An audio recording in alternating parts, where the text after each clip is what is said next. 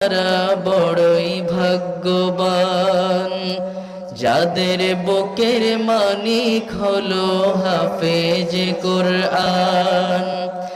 হৃদয়ে মাঝে গাছল যারা হরফ নামের ফুল, তাদের সাথে হয় না কভু অন্য কারো তুল।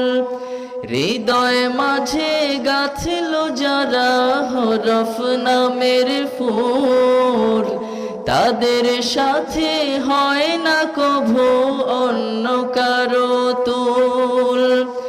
রবের কাছে